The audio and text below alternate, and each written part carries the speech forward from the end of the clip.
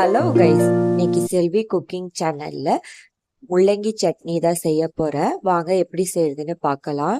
Stove on பண்ணிட்டு கடாயில 2 table spoon கடலை எண்ணெய் ஊற்றிக்கிறேன்.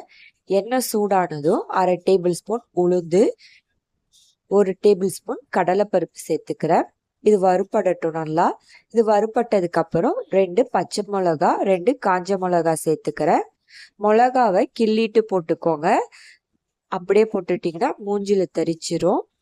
மிளகா வறுபட்டதுக்கு அப்புறம் சின்ன வெங்காயம் சேர்த்துக்கிறேன்.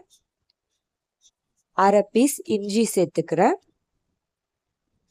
10 பல்லு பூண்டு சேர்த்துருக்கேன். இதையெல்லாம் சேர்த்துட்டு வதக்கிக்கலாம்.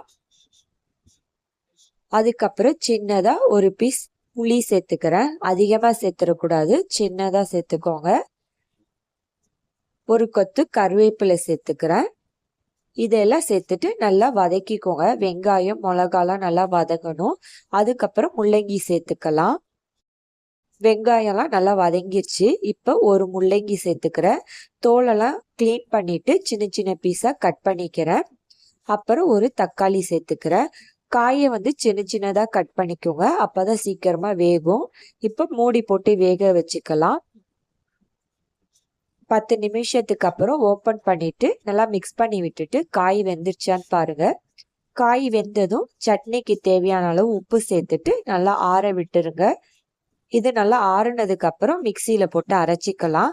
காய்கறியெல்லாம் சரியா சாப்பிடாத குழந்தைங்களுக்கு இந்த மாதிரி சட்னி அரைச்சி கொடுங்க, விரும்பி சாப்பிடுவாங்க. நம்ம காய்கறி போட்டுதான் அரைச்சிருக்கோம்னா அவங்களுக்கு தெரியாது.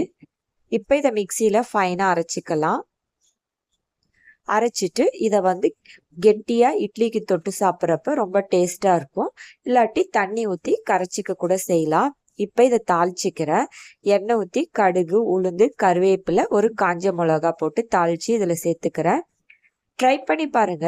இந்த வீடியோ பிடிச்சிருந்தா லைக் பண்ணுங்க, ஷேர் பண்ணுங்க, சப்ஸ்கிரைப் பண்ணுங்க. நோட்டிஃபிகேஷன் வரணும்னா பெல் ஐக்கான் கிளிக் பண்ணுங்க. தேங்க்யூ.